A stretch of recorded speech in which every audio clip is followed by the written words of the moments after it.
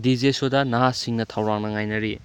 EDM electronic dance music amadi DJ Soda bu pamjabasingi nungairaba pau amada lakadoriba October 3 Pochoigi SBS ta pangthokadoriba Ultra EDM Imphal asida DJ Soda na headlining artist oiragani loinana Facebook amadi WhatsApp na singbo social media da DJ Soda gi wari na waisai duna leibaga loinana lamdam asigi naha kayana DJ Soda gi performance yengnaba khaurangna ngaiduna leiri miyamna kanna pamnaraklibe Asia gi artist DJ Soda nongsup lepak singda ningthina masak khanglaba DJ artist amani loinana Alan Walker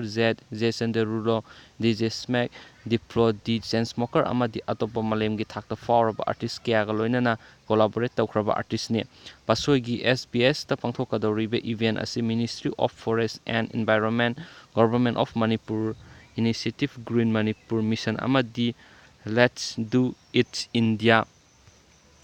haudokkadoriba thauramne event asigi mangoinana u pambi lising kun thanabagi target amadi Let Is Do India gi makhada September 12 da Manipur gi town khudingmakki akhanaba area singi amot akai singdokpana singba tongan activity kya amasu chathagadori Manipur Forest and Environment Minister Thanaujam Syam Kumar na event asigi u pambi thabigi drive asi DJ Soda ga loinana haudokkane Minister Syam Kumar amadi DJ Soda da tree plantation drive haudokkpa asi